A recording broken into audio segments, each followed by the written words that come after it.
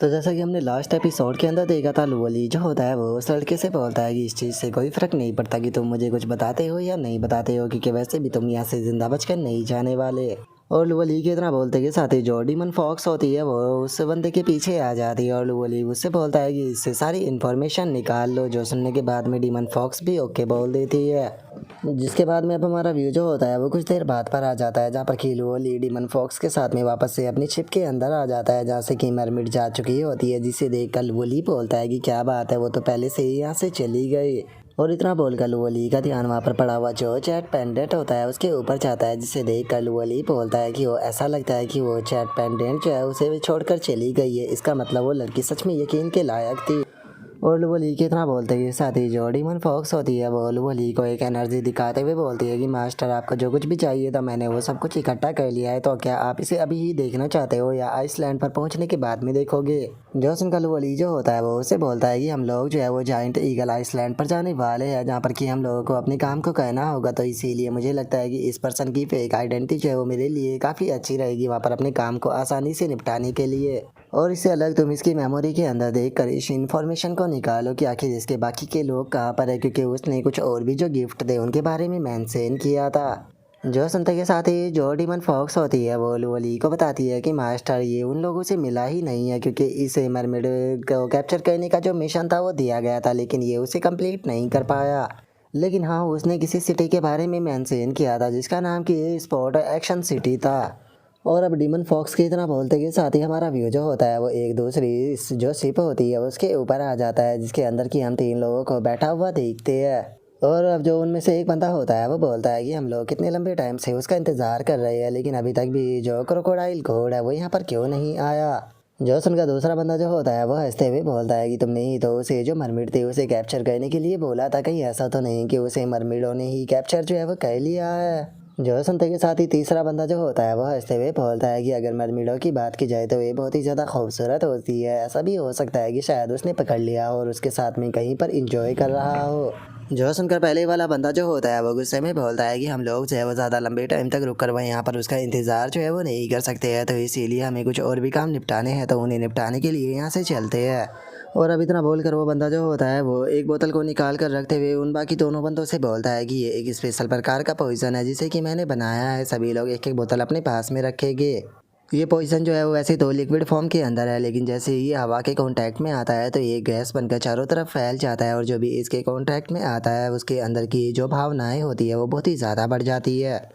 जो सुनते के साथ ही उनमें से एक बंदा जो होता है वो बोतल को ओपन करते हुए बोलता है कि क्या ये सच में इतना ज़्यादा खतरनाक है। जो सुनकर पहला बंदा बोलता है कि हाँ बिल्कुल। और अब बोतल के खुलते के साथ ही हम देखते हैं कि उसका पॉइजन जो होता है वो हवा में फैलना शुरू हो जाता है। जो देखते के साथ ही वे तीनों के तीनों हैरान रह जाते हैं और अगले ही पल वे तीनों वहाँ से भागने लगते हैं और भाग कर चिल्लाते हुए बोलते हैं कि तुम एक नंबर के बेवकूफ़ हो। और उसकी तरह बोलते के साथ ही हम देखते हैं कि पूरा पॉइजन जो होता है वो शिप के अंदर फैल जाता है, लेकिन सही टाइम पर वे तीनों जो होते हैं वो पानी के अंदर छलांग लगा देते हैं। और अब हम देखते हैं कि जो शिप होती है उसके अंदर से कुछ खतरनाक खतरनाक आवाज़ें जो होती है वो आना शुरू हो जाती है, और इस तरह की आवाज़ों को सुनकर उन तीनों में से पहला बंदा जो होता है वो बोलता है कि ब्रदर, आखिर आपने जो ये पॉइजन है वो किसके लिए बनाया है। जो सुनकर उन लोगों का जो बॉस होता है वो मुस्कुराते हुए उन लोगों से बोलता है कि मैंने ये पॉइजन जो है वो असल में जो स्काई रिवर सोर्स सेक्ट के लिंक जियान है उसके लिए बनाया है। और इसके तरह बोलते के साथ ही हमारा व्यू जो होता है वो जाइंट ईगल आइसलैंड जो होता है उसके ऊपर आ जाता है, जहाँ पर कि हम यिलिंग जियान को देखते हैं जो कि येनली के साथ में सिटी के अंदर घूम रही होती है।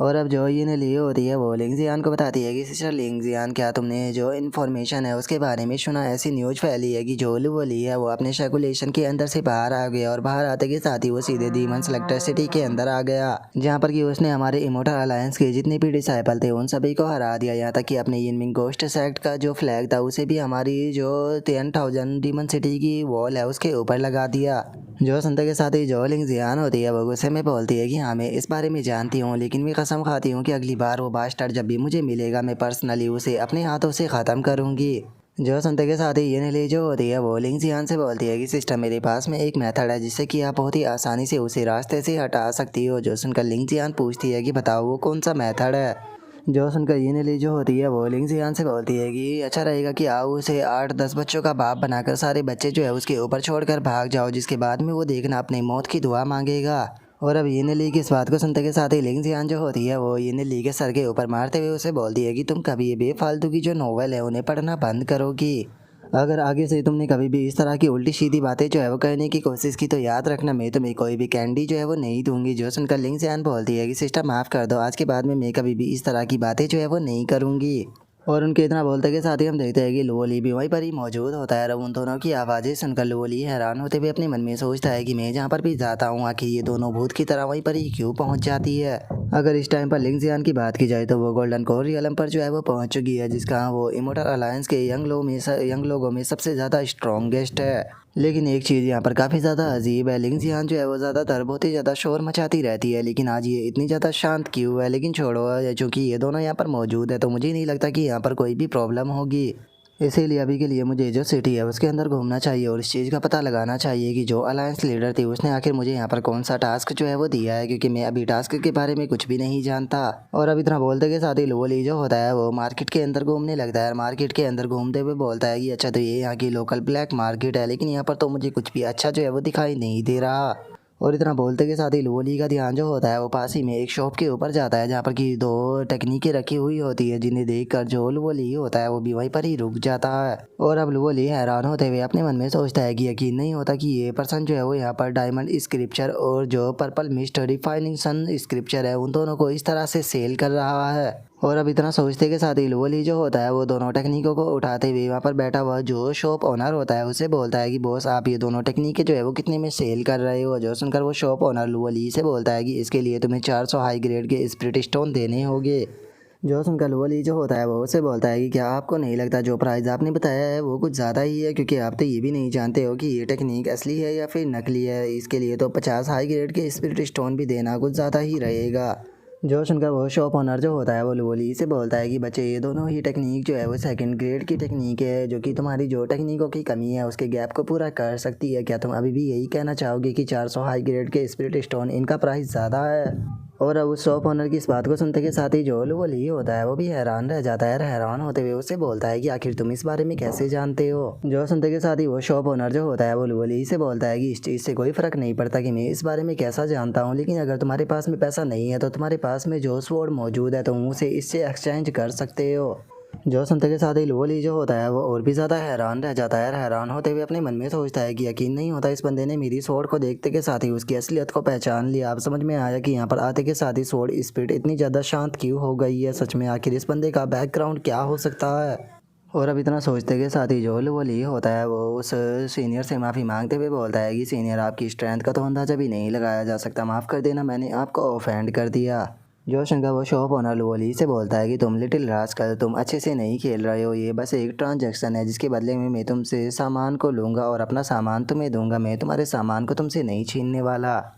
जो सुनकर लुओली जो होता है वो उससे बोलता है कि दुर्भाग्य से मेरे पर्स में बिल्कुल भी पैसा नहीं है, ऐसा लगता है कि ये टेक्निक जो है वो मेरी किस्मत में ही नहीं है, इन्हें बिना लिए ही मुझे यहाँ से जाना होगा। और अब इतना बोल कर जो लुओली होता है वो वहाँ से जाने लगता है। वहाँ से जाते हुए बोलता है कि ठीक है सीनियर, किसी बेवकूफ़ का यहाँ पर आने का इंतज़ार करना, हो सकता है कि शायद वो आपसे आपकी जो बुके है वो ख़रीद ले। और इतना बोलकर लुओली वहाँ से जाने की कोशिश कर ही रहा होता है, लेकिन तभी अचानक से वो एक ही जगह पर रुक जाता है। हैरान होते हुए अपने मन में सोचता है कि आखिर ऐसा कैसे हो सकता है, मैं अपनी जो बॉडी है उसे नहीं हिला पा रहा। और लुओली के इतना सोचते के साथ ही वो शॉप ओनर जो होता है वो लुओली से बोलता है कि बच्चे क्या हो गया, क्या तुमने अपना जो माइंड है उसे चेंज कर लिया है और क्या आप जो तुम मेरी टेक्निक है उन्हें ख़रीदना चाहते हो। जो सुनकर लुओली जो होता है वो चिल्लाते हुए उससे बोलता है कि ठीक है मैं ख़रीद रहा हूँ, मैं ख़रीद रहा हूँ। और इतना बोलकर लुओली अपने मन में सोचता है कि क्या ये पर्सन जो है वो मुझे फोर्सफुली सामान को सेल नहीं कर रहा। और अब इतना सोचकर जो लुओली होता है वो उसे स्पिरिचुअल स्टोन देते हुए उससे बोलता है कि सीनियर ये रहे आपके 400 हाई ग्रेड के स्पिरिचुअल स्टोन। जो सुनकर वो शॉप ओनर भी हंसते हुए बोलता है कि जैसा कि मैंने कहा था ये किताबें सच में तुम्हारी किस्मत में है।